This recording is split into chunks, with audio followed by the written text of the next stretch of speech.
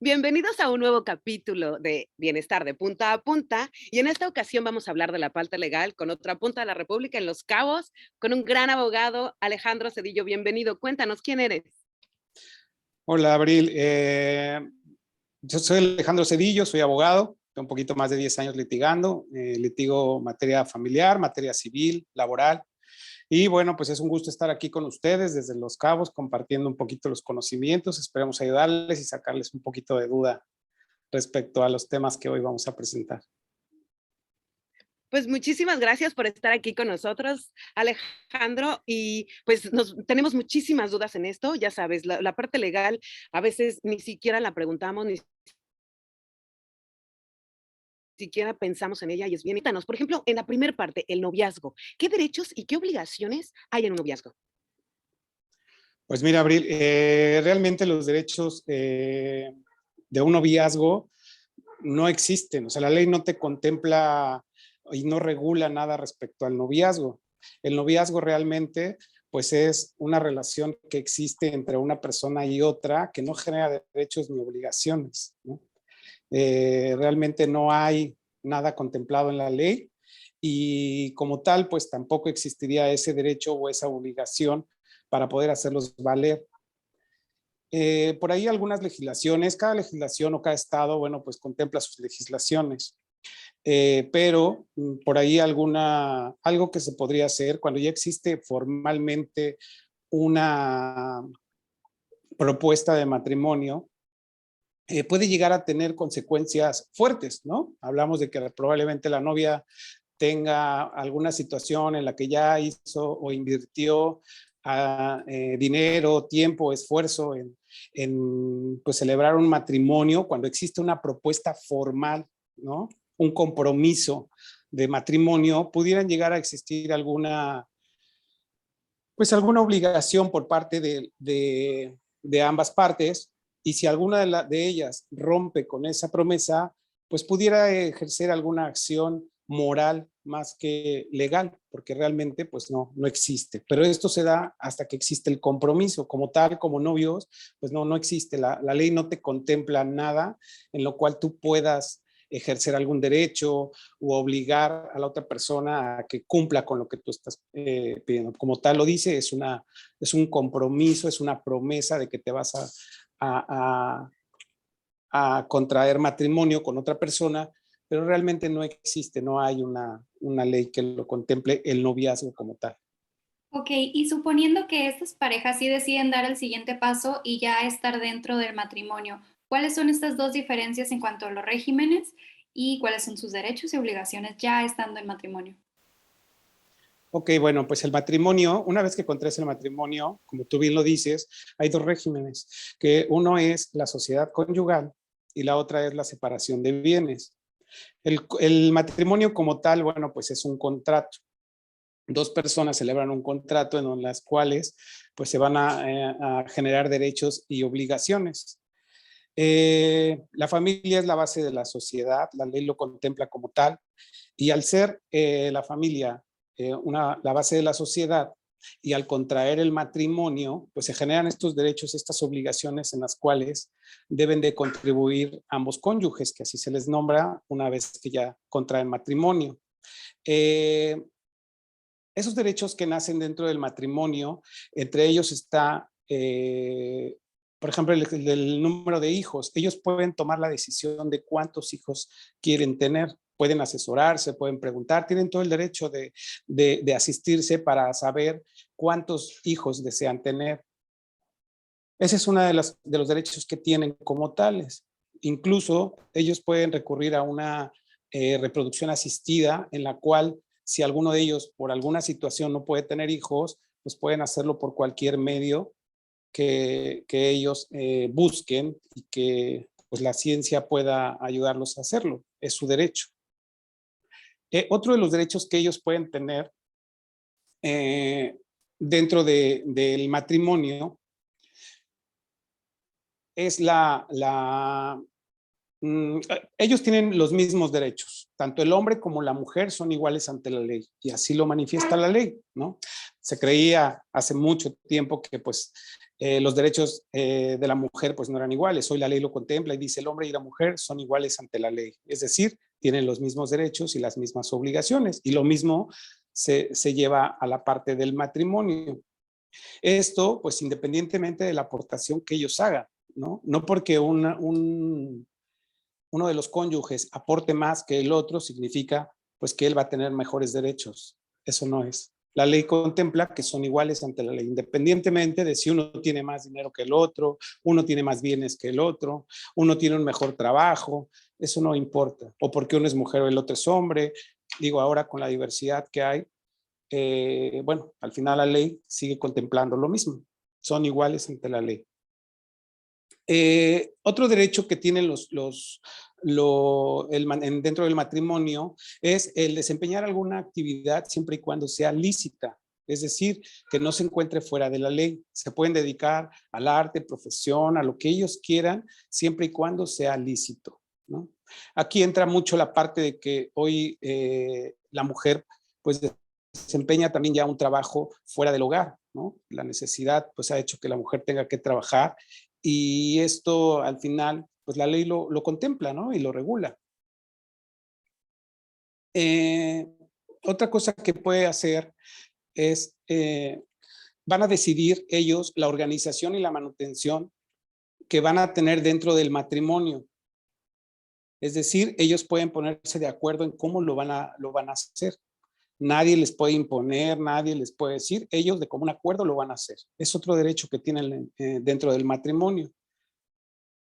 Y bueno, en el caso de que sean mayores de edad, ellos pueden decidir respecto a la administración y pueden disponer de sus bienes como ellos quieran. Es decir, los pueden rentar, los pueden vender, pueden hacer lo que ellos quieran con sus bienes.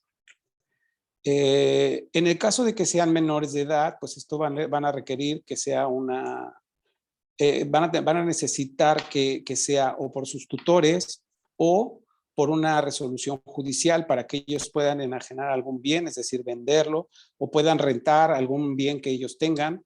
También tiene que ser mediante una resolución judicial. ¿Por qué? Porque no tienen la mayoría de edad y esto quiere decir que pues ellos no tienen la capacidad legal para poder hacer las cosas o enajenar algún bien o rentarlo o hacer algo con sus bienes. Entonces requieren la asistencia de un juez o de sus tutores o aquellas personas que legalmente los representan para que puedan hacerlo. Y bueno, pues también otra de las cosas que pueden hacer es ejercer los derechos y acciones un cónyuge en contra del otro. Es decir, que el derecho que tenga lo puede hacer valer en contra del otro cónyuge. Ese es un derecho que tiene. Es decir, no por ser mi cónyuge, tú tienes derecho a hacer las cosas que tú quieras, ¿no? O respecto a mis bienes, cada uno de los cónyuges puede tener bienes independientes y cada uno es responsable de sus bienes y él puede hacer lo que quiera con ellos. El hecho de que estés dentro de un matrimonio no significa que tú tengas que hacerlo. Aquí, ojo, hay bienes que se adquieren dentro del matrimonio y volvemos al punto de lo que son el régimen por el cual se casaron. Si se casan por un régimen de sociedad conyugal, que comúnmente se conoce como bienes mancomunados, todos los bienes que se adquieren dentro del matrimonio van a ser de ambos cónyuges. ¿Por qué? Porque se dice que esos bienes que se adquirieron dentro del matrimonio se adquirieron, obviamente, con recursos que pertenecen a la familia. Y esto quiere decir a la familia que ellos conformaron. Entonces, esto quiere decir que esos bienes pertenecen a ambos cónyuges. Contrario al caso en que se casan por bienes separados, en donde los bienes que adquiera cada cónyuge durante el matrimonio le pertenecen a cada uno, salvo que pacten algo en contrario, es decir, que adquieran algún inmueble, alguna propiedad o algo, y que de mutuo acuerdo digan que cada quien aportó cierta cantidad y que les corresponde ese inmueble en copropiedad, es decir, que los dos son propietarios del bien. Esa sería la diferencia y bueno, los derechos que ellos tienen dentro, que se tiene como matrimonio, como dos personas que deciden vivir juntos, ¿no? Eso es básicamente el matrimonio, cuando dos personas deciden vivir juntas. También tienen el derecho a decidir el domicilio donde ellos quieren habitar. Nadie se los puede imponer, ellos lo deciden. Aquí hay alguna situación en donde ellos pues van a decidir ese domicilio y ellos van a poder establecerlo como tal. Dentro de las obligaciones que nacen dentro del matrimonio, pues están la de contribuir y ayudarse mutuamente, es decir, al tú formalizar algo y ya vivir con una persona, pues estás aceptando dentro de este matrimonio el que esta persona tú te comprometas a cuidarla, procurarla, ayudarla en la manutención, ayudar en las actividades de la casa. Antes se decía que pues era muy común que el hombre iba a trabajar, la mujer se quedaba en la casa. Hoy hay muchas situaciones en las cuales pues el hombre se queda en la casa y la mujer sale a trabajar. Hoy la ley no es que haya cambiado, simple y sencillamente respeta las decisiones que tome cada uno. Y como los cónyuges decidan cómo llevar su matrimonio, la ley finalmente lo respeta. Hablando del domicilio, una vez señalado, si alguno de los cónyuges, la ley lo único que prohíbe es, si alguno de los cónyuges decide irse a vivir al extranjero, la cónyuge o el cónyuge que está con él puede tomar la decisión de decir si se va o no al extranjero. Es la única limitante que tiene. Si hay alguna controversia, pues el juez lo va a decidir. Y ella no está obligada a tener que irse al extranjero con esta persona. Es la única restricción que tiene. Fuera de ahí, dentro del interior de la República, si por alguna situación de trabajo a uno de los cónyuges lo mueven de su lugar de residencia a otro estado, es obligación del otro cónyuge irse con su cónyuge a vivir. Esa es otra de las obligaciones que tienen. Y bueno, obviamente, pues contribuir, ambos tienen la obligación de contribuir económicamente al sostenimiento del hogar, a los alimentos y a la educación de los hijos. Los dos cónyuges tienen esa obligación. Puede ser que pacten que los dos trabajen, puede ser que pacten que uno de ellos se quede en el hogar, pero finalmente tienen que contribuir. Cuando uno de los cónyuges trabaja, su aportación realmente es económica. Cuando el otro cónyuge se queda en el hogar, pues la forma, y esto lo establece hoy la ley, porque antes no estaba contemplado, hoy ya se contempla y se equipara el trabajo del hogar, se equipara a cualquier tipo de trabajo. Es decir, el hecho de que la mujer o el hombre, en este caso, se queden en el hogar al cuidado de los hijos, al cuidado del hogar, significa que también está contribuyendo de alguna manera a trabajar. Y aunque no tiene una remuneración como tal económica, pues finalmente está contribuyendo. Entonces se equipara al trabajo fuera del hogar. Otra obligación es, si alguno de los cónyuges está imposibilitado para trabajar por algún tipo de discapacidad, porque la persona pues no tiene la preparación para llegarse a sus recursos o algo, es obligación del otro cónyuge brindarle toda esta contribución, es decir, toda la contribución va a recaer en uno de los cónyuges, va a tener que aportar al 100% todas esas situaciones que se requieran para el sostenimiento del hogar, para la alimentación y para el cuidado y la educación de los hijos. Ambos cónyuges van a decidir y tienen la obligación de dar educación a los hijos. No puede recaer la educación solamente en uno de los cónyuges. Tiene que ser en ambos cónyuges.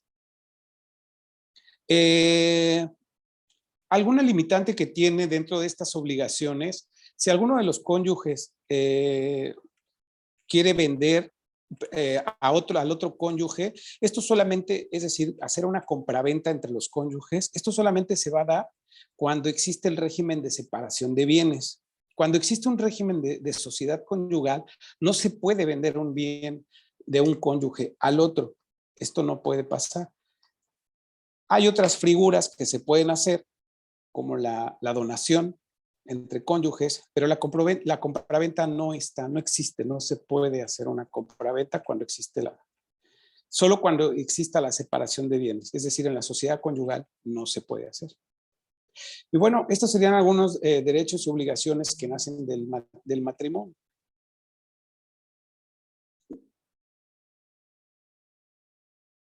No sé si tengan alguna duda, algo que quieran preguntar. Pues la verdad es que sí, o sea, hay un montón de cosas que ni siquiera se me ocurrirían en realidad. Está increíble, como por ejemplo esto de que no se puede comprar entre cónyuges y eso o sea, son esas cosas que deberíamos saber y que en realidad no prestamos como tanta atención. Y luego viene esta otra parte en donde pues a veces no funciona, ¿no? Y hay divorcios y cosas así, que qué mejor que sea de la mejor manera, sin pleitos, ¿sabes? Como familia, porque al final lo único que sucede es que es una familia diferente. En un momento estuvieron casados y ahora son una familia que están divorciados, pero sigue habiendo una familia, ¿no? Entonces, ¿qué derechos y obligaciones hay en un divorcio, Alejandro? Pues mira, hace mucho tiempo la ley contemplaba el divorcio. Para poder ejercer el divorcio, la ley te decía que tenías que estar en alguno de los supuestos que contemplaba la ley, ¿no? En alguna de las causales. Es decir, tendría que existir una causa real para que tú te pudieras separar. Esto, bueno, la ley se reforma a partir del 2012 en el Código Civil y la ley establece ahora que ya no se necesita ninguna causal para poder divorciarte.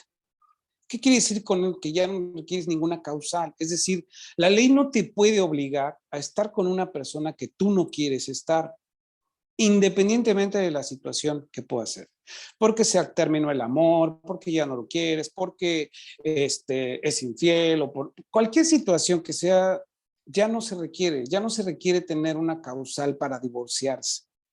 Esta figura se llama divorcio incausado. Existen tres tipos de divorcio: el divorcio incausado, el divorcio administrativo y el divorcio voluntario, comúnmente que se conoce como divorcio voluntario.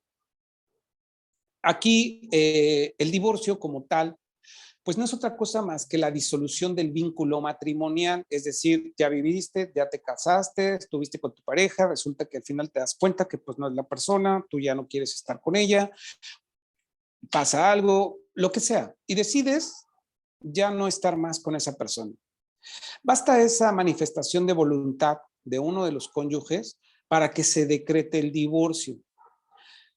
Dependiendo cómo lo solicites, es lo que se va a hacer. Es decir, si tú requieres un divorcio voluntario, y voluntario se refiere, como su nombre lo dice, a dos personas que de manera voluntaria deciden terminar con su matrimonio, es decir, deciden liquidar todo. Aquí, bueno, entran dos figuras, cuando hay hijos y cuando no hay hijos. Si no hay hijos, pues todo es un poco más fácil, ¿no? Solamente se lleva a cabo, se solicita al juez que se haga el divorcio, perdón, la liquidación de la sociedad conyugal. Solicitan el divorcio y es mediante eso, una solicitud, no es como tal una demanda, es una solicitud que se le hace al juez de que ya no quieren estar juntos.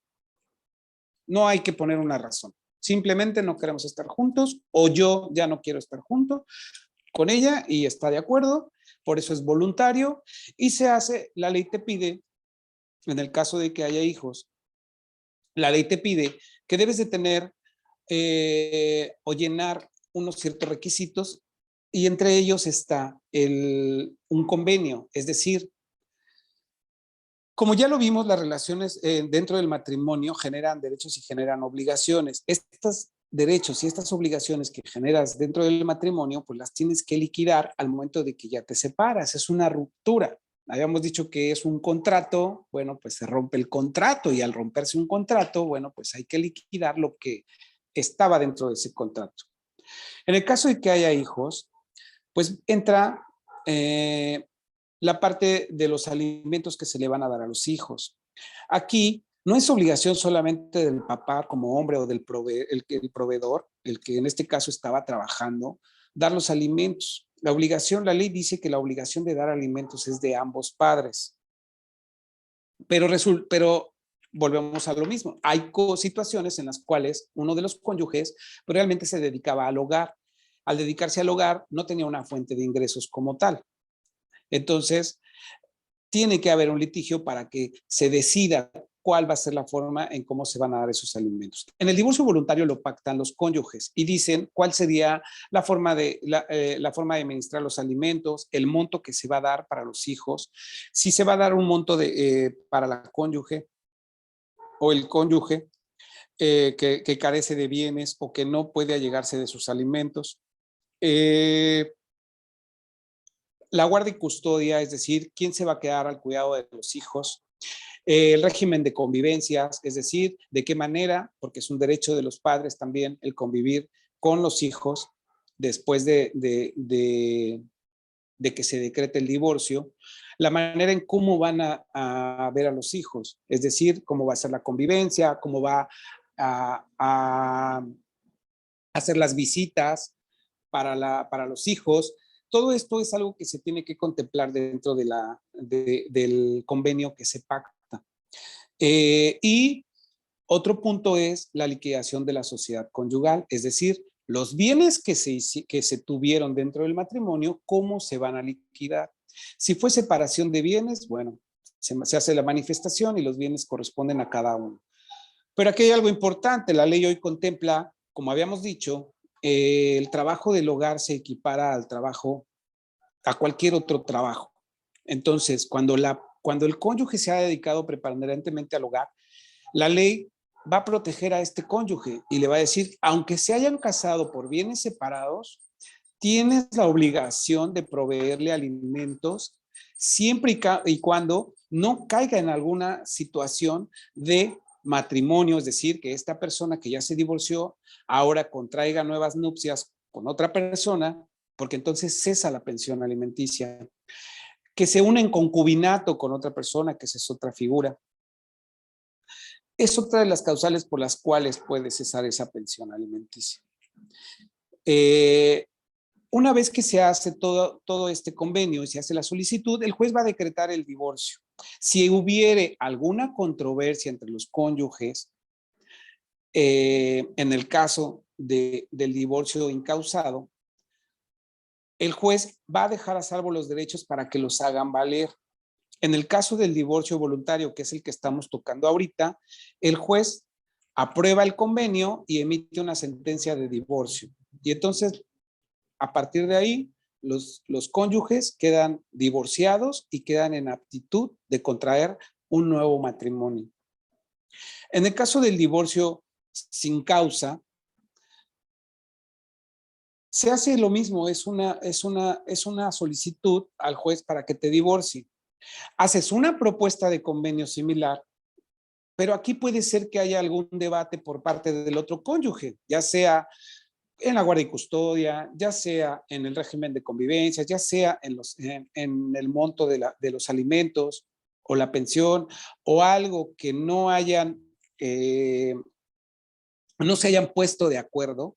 El juez deja salvo esos derechos para que los hagan valer en una vía de demanda y entonces se demande alimentos, se demande régimen de convivencia, se demande guardia y custodia o se demande la liquidación de la sociedad conyugal. Y ya se hace, dentro de ese juicio, hay otro pequeño juicio que se llama incidente. Mediante un incidente en vía de demanda se lleva a cabo cada una de estas controversias en las cuales los cónyuges no se pudieron poner de acuerdo y esto con la finalidad de que el juez pueda decretar o declarar cómo se va a llevar a cabo ya lo que se está demandando. Pensión alimenticia, guardia y custodia, régimen de convivencias o la liquidación de la sociedad conyugal.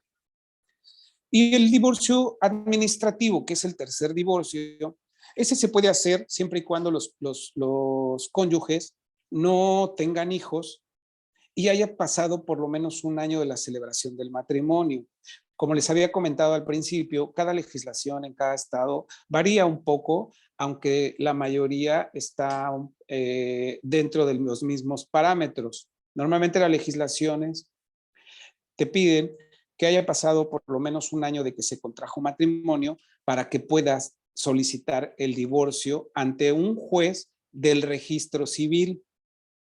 Acreditas y haces la manifestación de que desean divorciarse, se presentan los dos cónyuges ante el oficial del registro civil, solicitan ese divorcio administrativo, acreditan que no tienen hijos, que llevan más de un año casados y que no tienen bienes en común, o si los tienen ya los liquidaron, y entonces se lleva a cabo el divorcio administrativo. Esas son las figuras que existen dentro del divorcio y pues dentro de esos derechos que se contemplan, lo más común es la pensión alimenticia, que es donde entra muchas veces la controversia entre los cónyuges, y los bienes también es algo que los cónyuges pues no terminan de ponerse de acuerdo y es normalmente donde se puede haber más controversia. Híjole, yo creo que hay demasiada información que nos bastaría otro capítulo más exclusivamente de cada cosa, porque de todas formas veremos qué es lo que dice la audiencia. Si tiene mucho más dudas, pues nos aventamos un capítulo exclusivo en cuanto a alguno de estos temas más del divorcio, ¿no? Que hay demasiada información y demasiadas Sí. dudas también, yo creo, porque pues sí, no, a lo mejor y no todo el mundo tiene acceso cercano a un abogado o nada más tiene dudas, y bueno, también estaría muy bien de mi parte, pues nada más decirte que muchas gracias por aceptar la invitación, que estuvo demasiado provechoso toda la información que nos diste, y definitivamente sí, cualquier cosa, cualquier duda, los vamos a derivar contigo. Claro que sí, con muchísimo gusto, y como tú lo dices, son temas muy, muy, muy amplios. Cada caso es en particular, digo, hablamos de manera general, pero pues cada caso es muy particular. Tiene que haber ciertas situaciones que pasan en cada uno de los matrimonios y bueno, sí realmente es atender cada uno de manera particular. Yo les sugiero y les recomiendo que siempre se acerquen a un abogado para que los pueda orientar respecto al caso que tiene cada quien y darles esa buena orientación. A veces creemos que pues los abogados son caros y no se tiene como ese tabú, pero realmente el hecho de acercarte a un abogado significa que vas a poder llevar a buenos términos tu situación, ¿no? Sí, claro, la verdad es que está increíble todo lo que nos has enseñado, todo lo que nos has dicho y como dice Ara, es un tema súper extenso que probablemente te vamos a pedir en otro momento un poco más de ampliación. Por lo pronto, te agradecemos muchísimo que nos hayas apoyado con este capítulo. Yo creo que va a haber un montón de dudas, ya te haremos saber. Por favor, déjanos tus redes sociales, tu número telefónico para poderte contactar. Sé que estás en Los Cabos, pero aquí y ahora ya todo es global y podemos trabajar en todos lados, así que por favor déjanos la forma de localizarte y de verdad muchas gracias. No, al contrario, muchas gracias a ustedes por la invitación. Espero haberles ayudado y colaborar un poquito con esto que están haciendo, que creo que es bastante bueno. Y claro que sí, mi teléfono es 55 70 58 50 62, es el medio por el cual me pueden localizar. Y aunque, bueno, como les comentaba, la legislación de cada estado es cambiante y pues lo importante es primero que se acerquen a un abogado de su localidad, de su ciudad. Y yo con mucho gusto, cualquier asesoría, cualquier duda, estoy para ayudarlos y para servirles. Mil gracias. Gracias a ti.